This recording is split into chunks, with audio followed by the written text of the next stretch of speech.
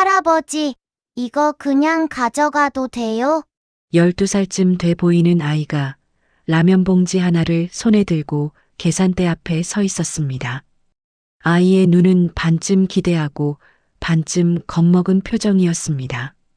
계산대 너머 두꺼운 안경 뒤로 남자의 눈이 천천히 아이를 바라봤습니다. 잠시 침묵이 흘렀습니다. 돈 없어. 아이가 고개를 끄덕였습니다. 남자는 아무 말 없이 비닐봉지를 꺼내 라면 봉지를 담았습니다. 거기에 작은 음료수 하나를 더 넣었습니다. 다음에 생기면 그때 줘. 아이가 봉지를 받아들고 뛰어나갔습니다. 남자는 다시 안경을 고쳐 쓰고 아무 일도 없었다는 듯 신문을 펼쳤습니다. 이 사람은 도대체 누구일까요? 영준 슈퍼. 간판 글씨가 오래돼 군데군데 페인트가 벗겨져 있었습니다. 냉장고 소리가 쉼없이 윙윙거리고 형광등 하나가 미세하게 깜빡이는 작은 동네 슈퍼마켓이었습니다. 사람들은 이 슈퍼를 그냥 지나치지 않았습니다. 물건을 사러 와서는 1시간씩 머물다 갔습니다. 할머니들은 계산대 앞에 쪼그려 앉아 자식 걱정을 털어놓았고 아저씨들은 맥주 한 캔을 들고 하루 일과를 보고했습니다. 박영준은 그 모든 이야기를 다 들었습니다. 끊지도 않고 서두르지도 않고 그냥 다 들었습니다. 72살. 허리가 약간 굽었고 머리는 반쯤 휘었습니다. 낡은 앞치마를 두르고 두꺼운 뿔테 안경을 쓴 그의 모습은 어느 동네에나 있을 법한 평범한 슈퍼 할아버지였습니다. 그러나 그의 눈빛만은 달랐습니다. 누군가 말을 할 때 그 눈은 상대의 말 너머 어딘가를 조용히 읽고 있는 것 같았습니다. 마치 오랫동안 사람을 읽어온 사람의 눈처럼. 그의 가을 마을에 새 간판이 들어섰습니다. 칠성 파이낸스. 건물 2층 창문에 커다란 현수막이 붙었습니다. 소상공인 맞춤형 자금 지원. 빠르고 간편하게. 처음엔 아무도 이상하게 생각하지 않았습니다.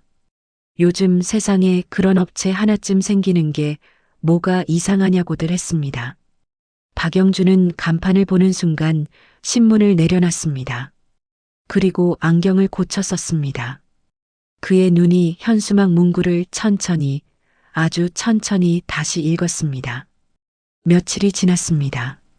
슈퍼 단골 손님인 50대 여성 한미숙 씨가 평소보다 훨씬 지친 얼굴로 들어왔습니다.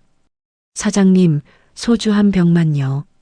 미숙 씨는 마을에서 작은 반찬 가게를 운영하고 있었습니다. 늘 웃음이 많고 목소리가 컸던 사람이었는데 그날은 말수가 없었습니다. 영준이 물었습니다. 얼굴이 왜 그래요? 미숙 씨는 한참을 망설이다 입을 열었습니다. 저 위에 그 파이낸스 있잖아요. 거기서 500만 원 빌렸는데 이번 달에 이자가 80만 원이 나왔어요. 영준의 손이 잠깐 멈췄습니다. 서류는 가지고 있어요? 네, 근데 사인을 제가 했으니까 어떻게 할 수가 없잖아요. 영준은 말없이 소주병을 봉지에 담았습니다. 다음에 그 서류 한번 가져와요. 미숙 씨는 고개를 갸웃했습니다. 슈퍼 할아버지가 서류를 뭘 어쩌려고. 그날 밤 영준 슈퍼의 불은 새벽 2시가 넘도록 꺼지지 않았습니다. 영준은 계산대 뒤 작은 방에 앉아 노트 한 권을 펼쳤습니다. 표지가 닳고 닳아 글자도 제대로 보이지 않는 오래된 노트였습니다. 그는 천천히 뭔가를 쓰기 시작했습니다. 이자 제한법, 대부업법, 불법 채권 추심 금지법. 펜이 종이 위를 미끄러지는 소리가 조용한 슈퍼 안에 홀로 울렸습니다. 사흘 뒤 미숙 씨가 서류를 들고 왔습니다. 영준은 계산대 위에 서류를 펼쳐놓고 안경 너머로 천천히 읽어내려갔습니다. 그의 표정이 굳었습니다. 월 이자율 16%, 연 환산시 192%. 우리나라 이자 제한 법상 법정 최고 이자율은 연 20%입니다. 이 계약서는 그 기준을 무려 10배 가까이 초과하고 있었습니다. 이거 불법이에요. 영준의 목소리는 낮고 조용했지만 단호했습니다. 미숙 씨가 눈을 크게 떴습니다. 불법이면 어떻게 해요? 제가 사인을 했잖아요. 사인을 했어도 불법 계약은 무효입니다. 법정 이자율을 초과한 부분은 갚지 않아도 돼요. 오히려 이미 낸 초과 이자는 돌려받을 수 있어요. 미숙 씨의 눈에 뭔가 흔들렸습니다. 그걸 어떻게 알아요, 사장님? 영주는 대답 대신 노트를 덮었습니다. 일단 이 서류 사진 찍어서 나한테 카톡으로 보내줘요. 칠성 파이낸스의 실질 운영자는 도칠성이었습니다. 나이 50 초반. 양복을 항상 빳빳하게 차려입고 머리에 기름을 발라 넘긴 그는 겉으로는 동네 유지처럼 행동했습니다. 상공회의소 행사에 얼굴을 비추고 마을 경로잔치에 후원금을 냈습니다. 그러나 그의 사무실 안쪽에서 벌어지는 일은 달랐습니다. 채무자들이 이자를 못 내면 직원들이 새벽에 집 앞에 찾아갔습니다. 전화는 하루에 수십 통씩 왔습니다. 가게 앞에 차를 세워두고 손님이 들어오지 못하게 막기도 했습니다. 겁에 질린 주민들은 빚을 갚기 위해 또 다른 빚을 냈습니다. 눈덩이처럼 불어나는 이자 앞에서 사람들은 하나둘 무너져 갔습니다. 그 무렵 마을에 낯선 얼굴이 하나 나타났습니다. 20대 중반의 여성, 어깨까지 내려오는 단발머리에 크로스백을 맨 그녀는 주민들에게 이것저것 물어보고 다녔습니다. 그리고 어느 날 오후 영준 슈퍼 문을 열고 들어왔습니다. 할아버지, 저 지아예요. 영준이 고개를 들었습니다. 그의 입가에 작은 미소가 번졌습니다. 왔어? 박지아. 영준의 외손녀. 26살 방송국 취업을 준비 중인 기자, 지망생이었습니다. 방학을 맞아 할아버지 슈퍼에 놀러 온 줄만 알았는데 할아버지의 얼굴을 보는 순간 뭔가 다르다는 걸 느꼈습니다. 할아버지 무슨 일 있어요? 영준은 라면 박스를 정리하다 말고 돌아봤습니다. 왜? 눈빛이 달라요. 영준이 잠시 멈췄습니다. 그리고 천천히 말했습니다. 지아야, 너 취재 경험 있지? 지아가 마을에 머문 지 사흘째 되던 날이었습니다. 영준이 이른 아침 슈퍼 문을 열기도 전에 바깥이 소란스러웠습니다. 맞은편 두부가게 주인 이철수 씨가 가게 앞에 무릎을 꿇고 있었습니다. 그 앞에 칠성 파이낸스 직원 2명이 서 있었습니다. 돈이 없으면 가게를 넘겨요. 이렇게 질질 끌면 우리도 방법이 없잖아요. 목소리는 낮았지만 위협적이었습니다. 이철수 씨의 아내가 문 안에서 울고 있었습니다. 영준은 슈퍼 문을 열고 나왔습니다. 무슨 일이에요? 직원들이 돌아봤습니다. 영감은 뭐예요? 이 동네 사람이요. 영준의 목소리는 흔들리지 않았습니다. 대화는 당사자끼리 사무실에서 하는 겁니다. 지금 이건 명백한 불법 추심이에요. 직원들이 코웃음을 쳤습니다. 영감이 법을 알아요? 영준은 안경을 고쳤으며 두 사람을 바라봤습니다. 압니다. 그 한마디 뒤로 이상한 침묵이 흘렀습니다. 직원들은 뭔가 불편한 듯 서로 눈짓을 주고받더니 자리를 떴습니다. 이철수 씨가 영준의 손을 잡았습니다. 고맙습니다, 사장님. 영준은 고개를 저었습니다. 고마운 거 없어요. 당신이 가진 권리를 지킨 것뿐이에요. 그날 저녁 지아는 할아버지 방 앞에 서 있었습니다. 문 안에서 뭔가를 적는 소리가 들렸습니다. 지아가 조용히 문을 열었습니다. 영준은 작은 책상 앞에 앉아 있었습니다. 그 앞에 펼쳐진 것들을 보고 지아의 눈이 커졌습니다. 법령집, 판결문 사본들, 그리고 손으로 직접 작성한 빼곡한 분석 노트. 할아버지, 이게 다 뭐예요? 영준이 돌아봤습니다. 잠시 지아를 바라보다가 천천히 입을 열었습니다. 나 판사 출신이야. 지아가 굳었습니다. 네. 대법원에서 27년 했어. 지아는 한참을 말을 잇지 못했습니다. 할아버지는 그냥 슈퍼 할아버지인 줄만 알았습니다. 어릴 때 할머니 손에 컸고 할아버지는 늘 바쁜 사람이었습니다. 어쩌다 명절에 얼굴을 보면 과묵하고 무서운 사람이라는 인상이 전부였습니다. 은퇴한다는 연락을 받았을 때도 크게 신경 쓰지 않았습니다. 그런데 대법원 판사였다니. 왜 여기서 슈퍼를 해요? 영준이 창밖을 바라봤습니다. 법원에서 평생을 일했는데 그는 잠시 말을 멈췄다가 이었습니다. 정작 법의 보호를 가장 못 받는 사람들은 법원 근처에도 못 온다는 걸 알았어. 너무 늦게. 지아는 할아버지의 옆모습을 바라봤습니다. 그래서 여기 온 거예요? 사람들이 있는 곳에 있고 싶었어. 창밖에서 바람 소리가 들렸습니다. 다음 날부터 지아는 달라졌습니다.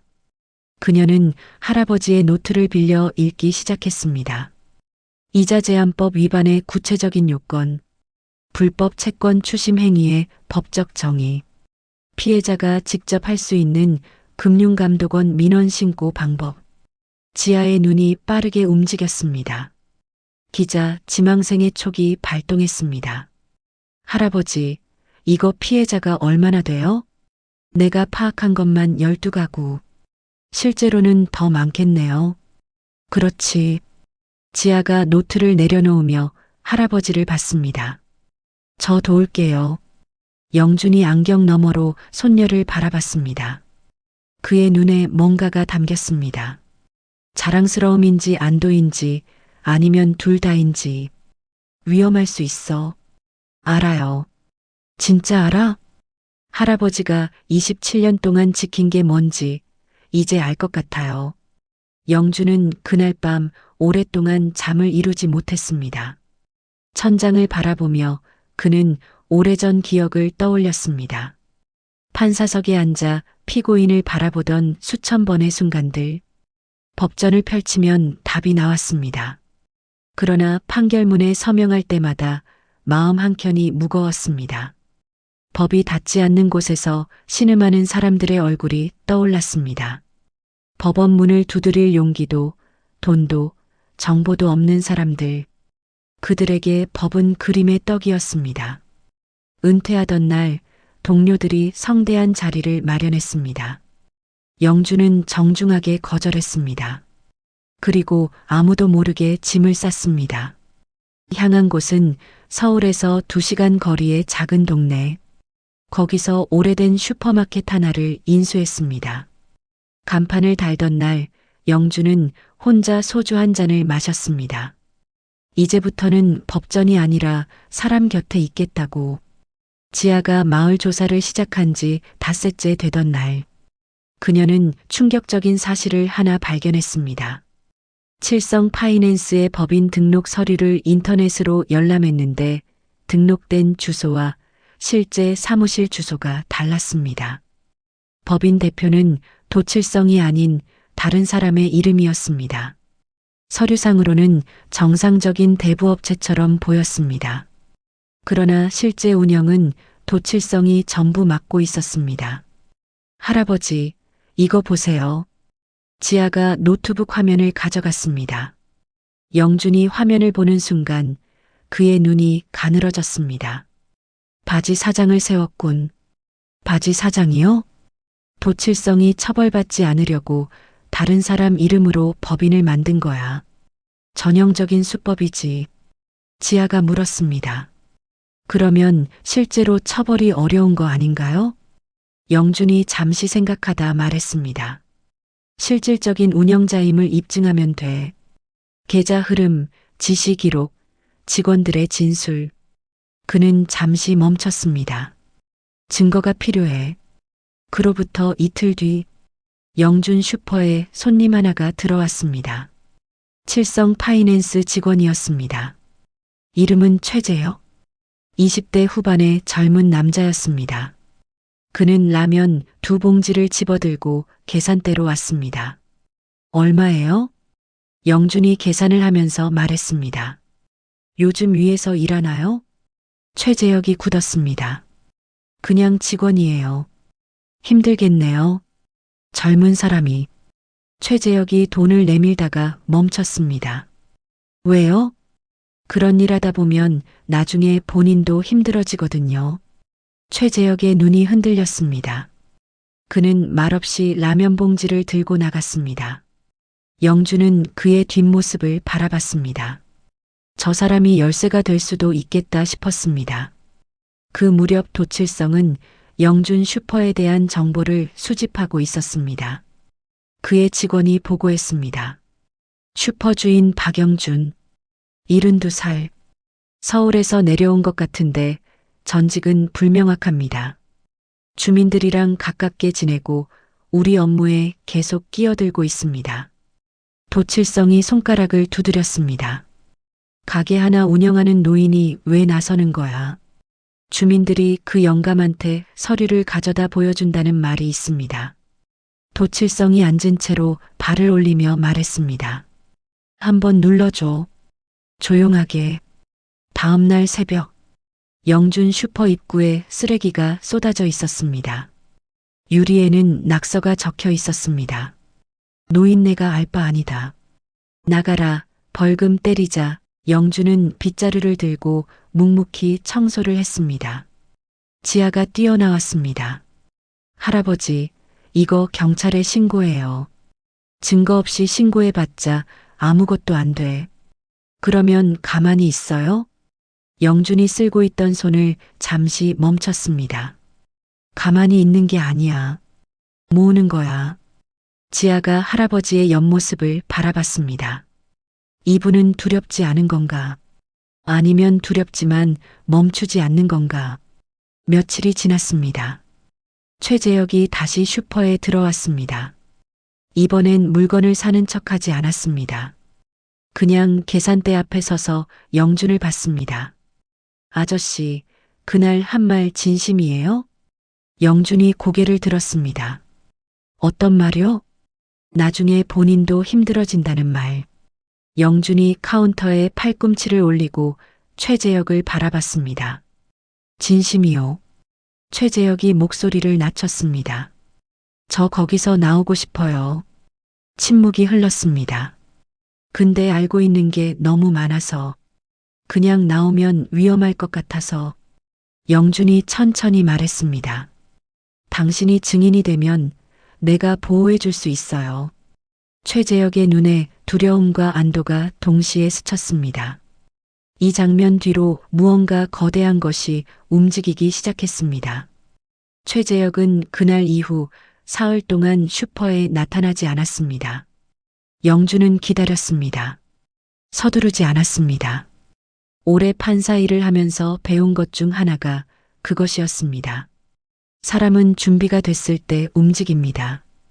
밀어붙인다고 되는 게 아닙니다. 지아는 그 사이 마을 피해자들을 한 명씩 만나고 있었습니다. 처음엔 경계하던 사람들도 지아가 몇 번씩 찾아가 이야기를 들어주자 조금씩 마음을 열었습니다. 한미숙 씨, 이철수 씨 부부, 꽃집을 운영하는 60대 여성 강순애 씨, 편의점을 하다 가게를 넘길 위기에 처한 40대 남성 윤성호 씨.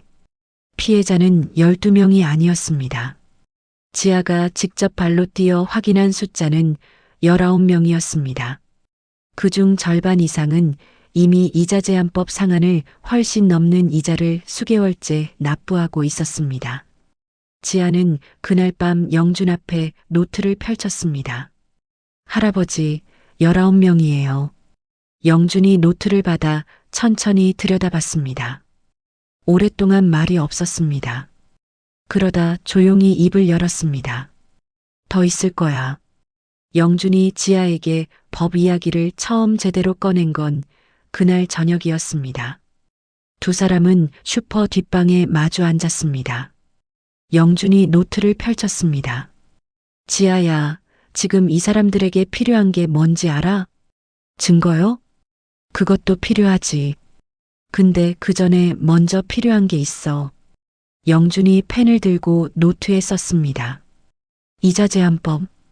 우리나라에서 돈을 빌려줄 때 받을 수 있는 이자의 최고 한도가 법으로 정해져 있어. 지금은 연 20%야. 그런데 칠성 파이낸스는 그것보다 훨씬 많이 받고 있잖아요. 그렇지. 그러면 그 초과된 이자는 어떻게 될까?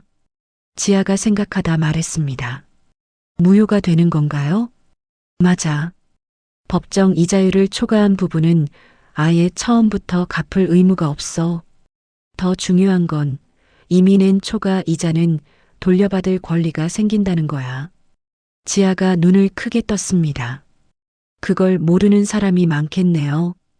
대부분 몰라. 계약서에 서명했으니 다 갚아야 한다고 생각하는 거야.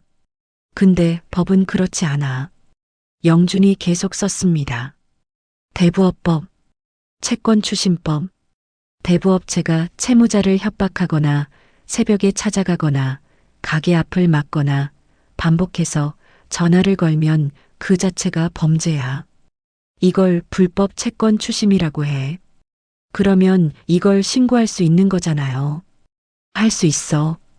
금융감독원에 민원을 넣거나 경찰에 형사고소를 할 수 있어. 중요한 건 기록이야. 언제, 몇 번, 어떤 방식으로 협박이나 추심이 있었는지 날짜와 내용을 적어두면 그게 증거가 돼.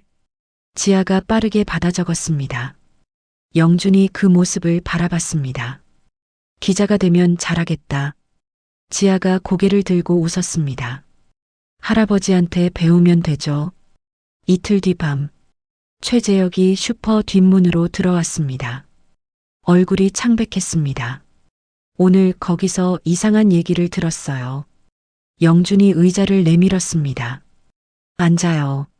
최재혁이 앉아 물 한 모금을 마시고 말했습니다. 도 사장이 영감님 얘기를 했어요. 조용히 정리하라고. 지아가 옆에서 굳었습니다. 영준은 표정이 바뀌지 않았습니다. 어떤 방식으로요?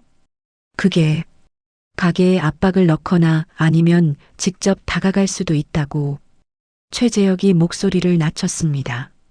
저 진짜 나오고 싶어요. 처음엔 그냥 돈 많이 준다고 해서 시작했는데 이제 너무 깊이 들어온 것 같아서. 영준이 말했습니다. 당신이 알고 있는 걸 정리해서 나한테 줘요. 도칠성이 실질적으로 운영한다는 걸 보여주는 것들. 지시 내용, 계좌 이동, 뭐든. 그랬다가 잡히면요? 공익신고자 보호법이 있어요. 범죄 조직의 불법 행위를 신고한 사람은 법적으로 보호받을 수 있어. 내가 그 절차를 같이 밟아줄게요. 최재혁이 한참을 영준을 바라봤습니다. 아저씨, 진짜 뭐 하는 사람이에요? 영준이 조용히 웃었습니다. 슈퍼 주인이요. 그 주 목요일, 도칠성의 직원 2명이 영준 슈퍼로 들어왔습니다. 오후 4시가 조금 넘은 시간이었습니다. 한 명은 키가 크고 한 명은 어깨가 넓었습니다. 두 사람 다 점퍼 차림이었습니다. 사장님, 잠깐 얘기 좀 해요. 영준이라면 박스를 정리하다 돌아봤습니다. 그래요. 뭐요? 우리 윗분이 한번 만나자고 하시는데. 윗분이 누구요? 칠성 파이낸스 대표님이요. 영준이 안경을 고쳤으며 두 사람을 번갈아 봤습니다. 만날 이유가 있나요? 그냥 인사 차원에서요. 동네에서 같이 지내는 사람들끼리. 영준이 잠시 생각하는 척했습니다. 그리고 말했습니다. 알겠어요. 언제요? 두 사람이 서로 눈빛을 주고받았습니다. 예상 외로 순순히 받아들이는 반응에 당황한 것 같았습니다. 내일 오전 10시에 사무실로 오시면 돼요. 알겠습니다. 직원들이 나갔습니다. 지아가 뒷방에서 나왔습니다. 할아버지 진짜 가려고요? 당연하지. 위험하잖아요.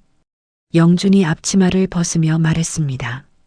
사자굴에 안 들어가면 사자를 못 잡아. 그날 밤 영주는 오래된 서류 봉투 하나를 꺼냈습니다. 안에는 낡은 명함 한 장이 들어 있었습니다. 대법원 수석 재판 연구관. 그 이름 아래 전화번호가 적혀 있었습니다. 영주는 한참을 명함을 바라보다가 전화를 걸었습니다. 신호가 2번 울리고 목소리가 들렸습니다. 여보세요. 나야, 형진아. 잠시 침묵이 흘렀습니다. 선배님, 오랜만이에요. 어디 계세요? 지방에 내려와 있어. 부탁이 하나 있는데. 뭔데요? 비공식으로. 지금 내가 보내는 법인 서류 좀 봐줘. 전화 너머에서 낮은 웃음소리가 들렸습니다. 선배님, 또 뭘 하고 계신 거예요? 영준이 창밖을 보며 말했습니다. 살면서 해야 할 일을 하고 있지. 다음 날 오전 9시 50분. 영준은 슈퍼 문을 닫고 나왔습니다. 지아가 뒤따라 나왔습니다. 저도 같이 가요. 너는 여기 있어. 싫어요. 영준이 돌아봤습니다. 지아가 고개를 들고 말했습니다. 저 기자 지망생이에요. 현장에 있어야 해요. 2 사람이 서로를 바라봤습니다. 영준이 먼저 눈을 내리깔았습니다. 사무실 안에는 못 들어와. 밖에서 기다릴게요. 핸드폰 녹음 켜놔. 지아가 고개를 끄덕였습니다. 2 사람이 나란히 걷기 시작했습니다. 아침 햇살이 골목 끝에서 길게 늘어져 있었습니다.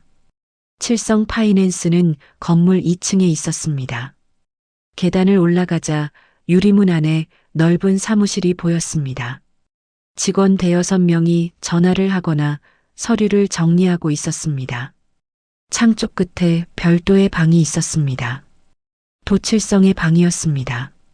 영준이 들어가자 직원이 안내했습니다. 문을 열자 도칠성이 소파에 앉아 있었습니다. 양복 차림에 머리에 기름을 바른 모습이 소문 그대로였습니다. 그는 영준을 보며 일어나지 않았습니다. 어서 와요, 박 사장님. 영준이 맞은편에 앉았습니다. 부르셨으니 왔습니다. 도칠성이 손을 모으며 말했습니다. 뭐 드시겠어요? 커피, 차? 괜찮습니다.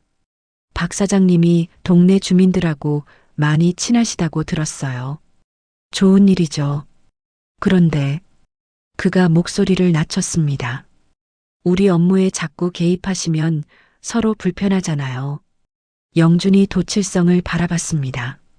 개입한 게 아닙니다. 주민들이 물어보면 대답을 해준 거요. 어떤 대답을요? 법적인 권리에 대해서요. 도칠성의 눈이 가늘어졌습니다. 슈퍼 주인이 법을 잘 아시나 봐요. 조금 압니다. 도칠성이 잠시 침묵하다 말했습니다. 박 사장님, 솔직하게 얘기할게요. 저희 업무는 다 합법적으로 운영되고 있어요. 계약서도 있고 절차도 있고 외부에서 자꾸 흔들면 저희도 대응할 수밖에 없어요. 영준이 천천히 고개를 끄덕였습니다.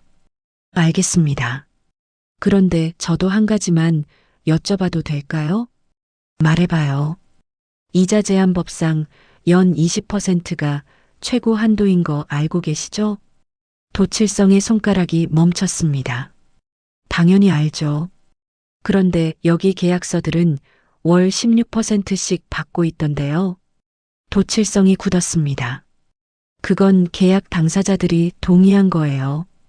동의를 했어도 법정 한도를 넘으면 초과분은 무효입니다. 그건 계약법 기본이에요. 도칠성의 얼굴이 굳어지기 시작했습니다. 박 사장, 당신 뭐요? 영준이 자리에서 일어났습니다.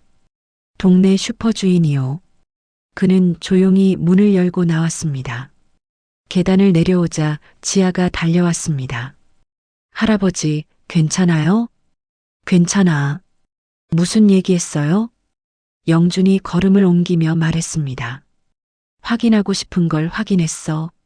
뭐요? 저 사람이 법을 알면서도 어기고 있다는 걸. 지아가 옆에서 빠른 걸음으로 따라가며 말했습니다.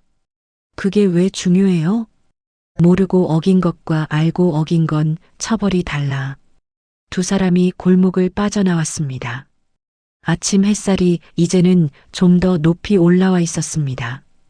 그날 오후 최재혁이 문자를 하나 보냈습니다. 오늘 밤 11시에 뒷문으로 갈게요. 영준이 문자를 읽고 지아에게 보여줬습니다. 지아가 고개를 끄덕였습니다. 두 사람은 저녁을 먹으면서 아무 말도 하지 않았습니다. 창밖에 해가 지고 있었습니다. 주황빛 노을이 슈퍼 유리창을 물들였습니다. 영주는 그 빛을 바라보며 오래전 법원 창밖으로 보이던 노을을 생각했습니다. 수십 년 전이나 지금이나 노을은 같은 색이었습니다. 사람을 지켜야 한다는 마음도 그때와 다르지 않았습니다. 밤 11시 슈퍼 뒷문이 조용히 열렸습니다. 최재혁이 들어왔습니다. 손에 두꺼운 봉투를 들고 있었습니다. 이거요. 영준이 봉투를 받아 펼쳤습니다. 안에는 여러 장의 문서와 사진, 그리고 손으로 적은 메모가 들어 있었습니다. 도사장이 직접 지시한 내용들이에요. 제가 받은 카톡이랑 통화 녹음도 있어요. 지아가 봉투 안을 들여다봤습니다. 이게 다 실제 지시예요? 네. 어느 집에 언제 가서 어떻게 압박하라는 내용들이요. 거기다 실제 법인 계좌는 따로 있는데 여기 수익이 도사장 개인 계좌로 넘어가는 내역도 있어요. 영준이 천천히 페이지를 넘기며 말했습니다. 잘 됐어요. 수고 많았소. 최재혁이 말했습니다. 저 이제 어떻게 되는 거예요? 영준이 최재혁을 봤습니다. 내일 같이 움직일 거요. 내가 아는 사람을 통해서 공익신고 절차를 밟을 거야. 당신이 거짓말을 한 게 아니라면 법이 당신을 보호할 거요. 최재혁이 고개를 끄덕였습니다. 그의 눈에는 두려움보다 결심이 더 크게 담겨 있었습니다. 영주는 그날 밤 3시간을 자지 않았습니다. 최재혁이 가져온 자료를 하나하나 정리했습니다. 법인명의 조작, 실질적 운영자 입증 자료, 이자 제한법 위반 내역, 불법 채권 추심 기록, 각 항목 아래에 해당 법령 조항을 적었습니다. 이건 단순한 민사 사건이 아니었습니다. 형사 고소가 가능한 사건이었습니다. 사기죄, 공갈죄, 대부업법 위반, 이자 제한법 위반, 업무방해죄. 영준의 펜이 마지막 줄을 긋고 멈췄습니다. 이제 필요한 건 한 가지였습니다. 이 모든 것을 법의 이름으로 세상에 꺼내놓는 것. 다음 날 아침 8시 영준이 전화를 걸었습니다. 어젯밤 명함을 꺼냈던 그 번호가 아니었습니다. 다른 번호였습니다. 2번 신호가 울렸습니다. 여보세요. 목소리는 낮고 단단했습니다. 강경감 나요. 선배님, 오랜만입니다. 어디 계세요? 지금 있는 데가 중요한 게 아니고, 지금 내 앞에 사건 하나가 있는데 비공식으로 먼저 봐줄 수 있어? 잠시 침묵이 흘렀습니다. 얼마나 큰 사건이에요? 영준이 창밖을 바라봤습니다. 피해자 19명 이상, 불법 대부업, 조직적 사기, 증거 있어. 전화 너머에서 짧은 숨소리가 들렸습니다. 언제 올 수 있어요? 오늘 오후에 내가 올라갈 수 있어. 알겠습니다. 기다릴게요. 영준이 전화를 끊었습니다. 지아가 아침을 먹다가 물었습니다. 누구예요? 경찰청 금융범죄수사팀 강경감. 지아가 젓가락을 내려놨습니다. 할아버지, 경찰청까지 알아요? 27년 동안 법원에 있으면 알게 되는 사람들이 있어. 영준이 밥을 한 숟가락 떴습니다. 밥 먹어. 오늘 바쁠 거야. 지아가 할아버지를 바라봤습니다. 이 사람은 처음부터 다 계획하고 있었던 것 같았습니다. 그 인자한 슈퍼 할아버지의 얼굴 뒤에 27년의 법원 경력이 조용히 숨쉬고 있었습니다. 그날 오후 2시 영준과 지아 그리고 최재혁이 함께 서울로 향했습니다. 최재혁은 차 안에서 내내 말이 없었습니다. 창밖의 풍경이 빠르게 흘러갔습니다. 도시가 가까워질수록 건물이 높아졌습니다. 영준은 조수석에 앉아 눈을 감고 있었습니다. 지아는 뒷좌석에서 노트에 무언가를 계속 적었습니다. 할아버지. 영준이 눈을 떴습니다. 무서워요? 영준이 창밖을 보며 말했습니다. 판사 생활 처음 시작했을 때 첫 판결 앞에서 손이 떨렸어. 그랬어요? 그래도 했지. 해야 할 일이니까. 지아가 노트를 덮었습니다. 저도 그래요. 지금 영준이 뒤를 돌아보지 않고 말했습니다. 잘하고 있어. 차가 고속도로로 진입했습니다. 경찰청 금융범죄수사팀 사무실. 강경감은 40 초반의 단단한 인상의 남자였습니다. 영준을 보자마자 자리에서 일어났습니다. 선배님, 정말 오랜만이에요. 여기서 뵐 줄은 몰랐네요. 영준이 봉투를 내밀었습니다. 일단 이것부터. 강경감이 봉투를 받아 펼쳤습니다. 페이지를 넘기는 속도가 점점 느려졌습니다. 그리고 멈췄습니다. 이게 다 실물 증거예요? 진술자도 있어. 내부 직원이요. 강경감이 최재혁을 바라봤습니다. 최재혁이 고개를 끄덕였습니다. 강경감이 영준을 봤습니다. 선배님, 이거 제대로 된 사건이네요. 알고 있어. 언제부터 준비하신 거예요? 영준이 잠시 생각하다 말했습니다. 간판 붙은 날부터. 강경감이 잠시 그를 바라보다가 천천히 고개를 끄덕였습니다. 알겠습니다. 정식 수사 절차 밟겠습니다. 서울에서 내려오는 길. 차 안은 조용했습니다. 해가 서쪽으로 기울어 차 안으로 붉은 빛이 들어왔습니다. 지아가 창밖을 보다가 말했습니다. 이제 어떻게 돼요? 영준이 말했습니다. 수사가 시작되면 도칠성 쪽에서 눈치를 챌 수도 있어. 빠르게 움직일 거야. 저희는요? 우리는 마지막 준비를 해야 해. 마지막 준비요? 영준이 창밖을 보며 말했습니다. 도칠성이 스스로 덫에 걸려들게 해야 해. 지아가 영준을 바라봤습니다. 어떻게요? 영준이 천천히 말했습니다. 법은 증거가 있어야 움직여. 근데 이미 있는 증거만으로는 도칠성이 법망을 피할 수도 있어. 바지 사장이 다 뒤집었으면 그만이거든. 그러면 도칠성 본인이 직접 범행에 개입하는 증거를 만들어야 해. 지아가 물었습니다. 그게 가능해요? 영준이 입가에 아주 작은 웃음을 지었습니다. 저 사람이 욕심쟁이거든. 마을로 돌아온 그날 밤. 영준은 슈퍼불을 끄지 않았습니다. 계산대 뒤 작은 방에 혼자 앉아 노트를 펼쳤습니다. 펜을 들고 천천히 뭔가를 쓰기 시작했습니다. 지아가 뒷방 문을 열고 들어왔습니다. 아직 안 주무세요? 앉아. 지아가 맞은편에 앉았습니다. 영준이 노트를 돌려 보여줬습니다. 거기엔 계약서 초안이 적혀 있었습니다. 이게 뭐예요? 미끼야. 지아가 눈을 가늘게 떴습니다. 도칠성한테 줄 거예요? 줄 게 아니라 도칠성이 먼저 요구하게 만들 거야. 영준이 노트를 다시 당기며 설명했습니다. 도칠성은 지금 슈퍼 주인 하나가 자기 사업을 방해하고 있다고 생각해. 그리고 나를 협박해도 안 되고 압박을 넣어도 꿈쩍도 안 하니까 다음엔 다른 방법을 쓸 거야. 어떤 방법이요? 돈이지. 지아가 잠시 생각하다 말했습니다. 매수하려고 할 거라는 거예요? 그래. 이 동네 상권에서 슈퍼 하나가 계속 눈에 까시면 저 사람 입장에서 가장 쉬운 해결책은 돈을 주고 입을 막는 거야. 그걸 어떻게 확신해요? 영준이 안경을 고쳤으며 말했습니다.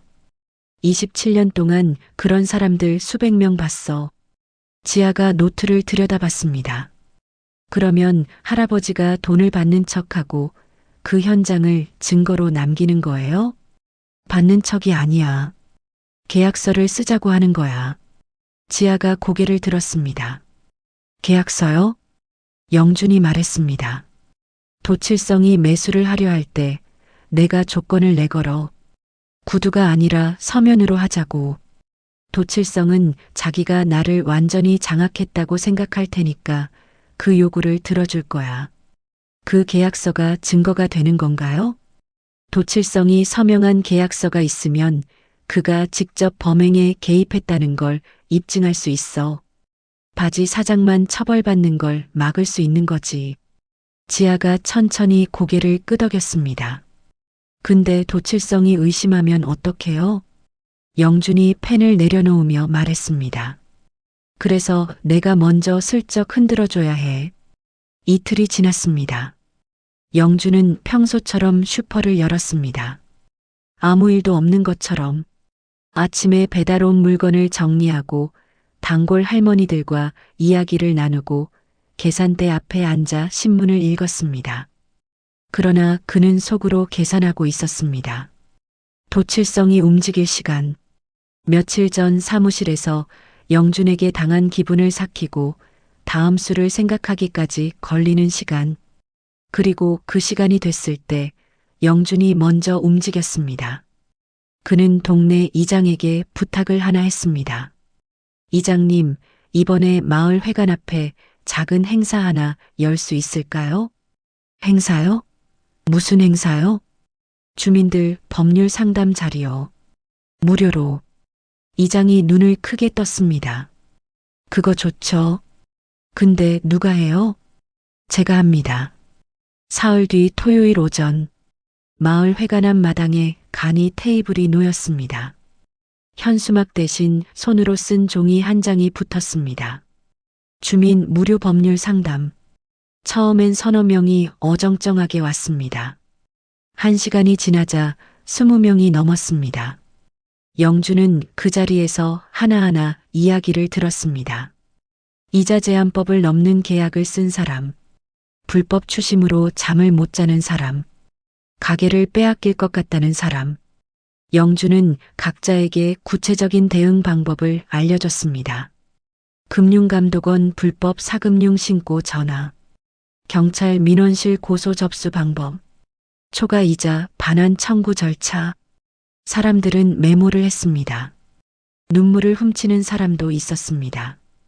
그중 한 할머니가 말했습니다. 박 사장님, 우리 동네 온 게 복이에요. 영준이 고개를 저었습니다. 제가 복 받은 거예요. 그 장면이 도칠성의 귀에 들어가는데 하루도 걸리지 않았습니다. 도칠성이 사무실에서 부하 직원에게 말했습니다. 그 영감이 법률 상담을 열었어? 네. 마을 사람들 많이 모였다고 합니다. 도칠성이 자리에서 일어났습니다. 그냥 두면 안 되겠네. 그는 잠시 창밖을 보다가 말했습니다. 영감한테 내가 직접 만나자고 해. 직원이 말했습니다. 전에 한번 만났다가 되려 당했잖아요. 도칠성이 손을 들어 막았습니다. 그때는 내가 방심했던 거야. 이번엔 다르게 가야지. 다음 날 저녁, 도칠성에게서 직접 문자가 왔습니다. 박 사장님, 저예요. 지난번 건 좀 거칠었습니다. 좋게 이야기 나눌 수 있을 것 같아서요. 저녁 한번 어떠세요? 영준이 문자를 읽고 지아에게 보여줬습니다. 지아가 말했습니다. 왔네요. 영준이 답장을 보냈습니다. 알겠습니다. 어디로 갈까요? 잠시 뒤 답장이 왔습니다. 제 사무실 근처 식당이 있어요. 제가 예약해 놓겠습니다. 영준이 핸드폰을 내려놨습니다. 지아야. 네. 내일 저녁에 나 혼자 가야 해. 지아가 입을 열려다 멈췄습니다. 알아요. 근데 주변에는 있을게요. 영준이 잠시 손녀를 바라봤습니다. 조심해.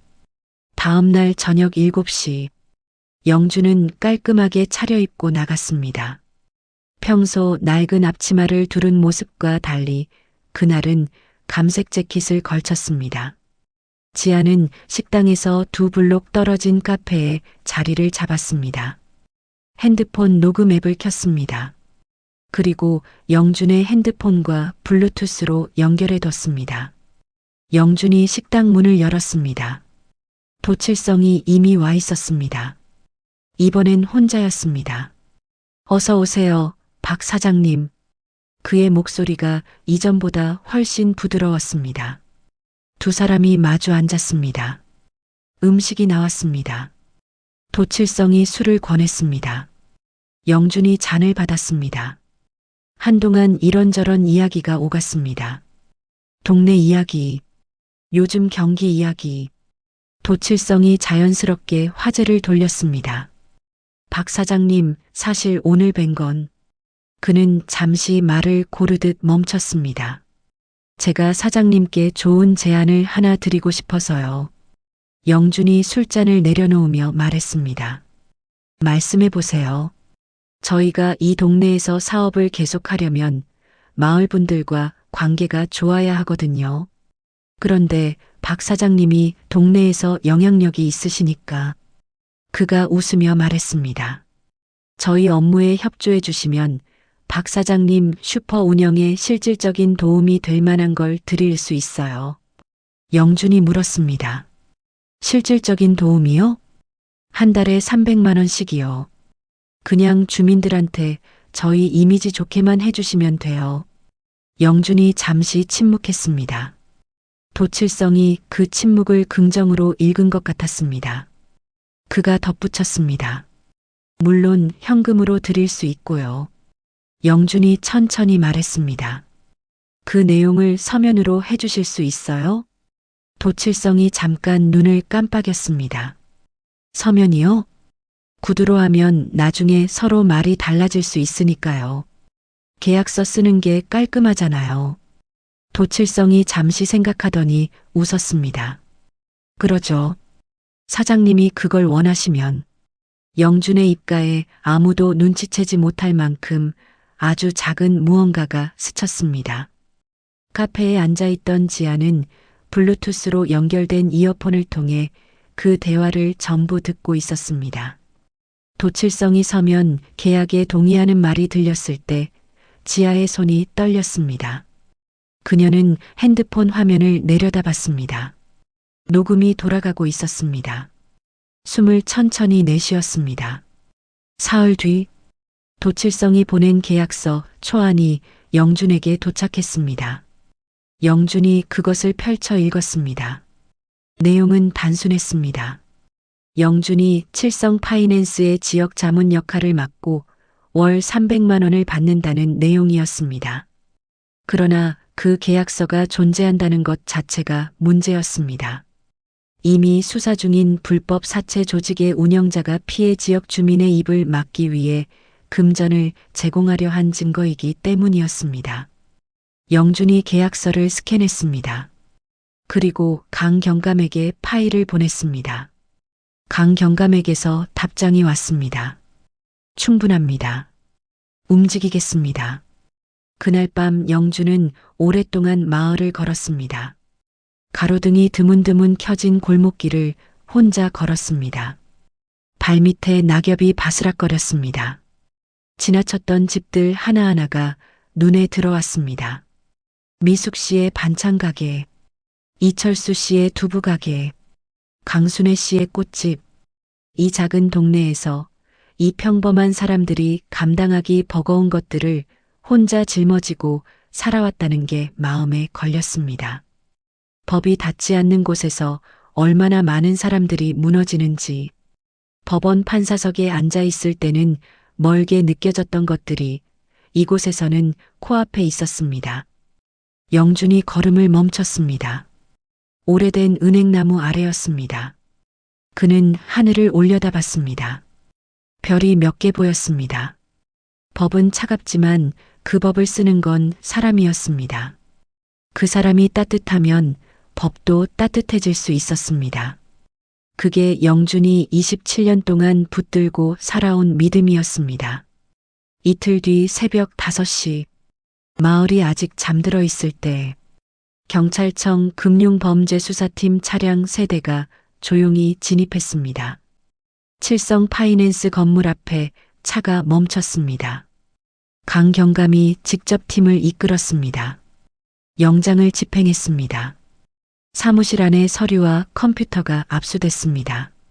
도칠성은 자택에서 체포됐습니다. 잠옷 차림으로 끌려 나온 그의 얼굴에는 당혹감과 분노가 뒤섞여 있었습니다. 바지 사장으로 내세운 인물도 같은 시각에 체포됐습니다. 직원 여럿이 참고인으로 소환됐습니다. 새벽빛이 골목을 물들이는 동안 마을에 조용한 파장이 퍼져나갔습니다. 영주는 그 시각 슈퍼 안에 있었습니다. 지아가 옆에 있었습니다. 두 사람은 아무 말도 하지 않았습니다. 멀리서 차 소리가 들렸습니다. 지아가 말했습니다. 됐네요. 영준이 고개를 끄덕였습니다. 지아의 눈에 눈물이 맺혔습니다. 울어? 안 울어요. 영준이 조용히 웃었습니다. 울어도 돼. 지아가 눈물을 훔치며 말했습니다. 할아버지는요? 영준이 창밖을 바라봤습니다. 나는 이제 라면이나 팔아야지. 체포 이후 수사는 빠르게 진행됐습니다. 최재혁의 진술과 자료는 핵심 증거가 됐습니다. 그는 공익신고자로 보호를 받았습니다. 도칠성이 직접 서명한 계약서는 그가 실질적인 운영자임을 입증하는 결정적 증거가 됐습니다. 영준이 수집한 피해자 22명의 계약서들은 이자제한법 위반과 불법 채권 추심의 구체적인 사례들로 기록됐습니다. 검찰은 도칠성을 사기죄, 공갈죄, 대부업법 위반, 이자제한법 위반, 업무방해죄 등 5가지 혐의로 기소했습니다. 바지 사장 역할을 한 인물도 공범으로 함께 기소됐습니다. 피해 주민들은 초과 지불한 이자를 돌려받을 수 있는 민사소송을 진행하게 됐습니다. 금융감독원은 해당 사건을 불법 사금융 척결 사례로 발표했습니다. 사건이 마무리된 지 열흘이 지난 어느 오후, 마을 사람들이 영준 슈퍼 앞에 하나둘 모여들었습니다. 누가 부른 것도 아니었습니다. 미숙 씨가 반찬을 만들어 왔습니다.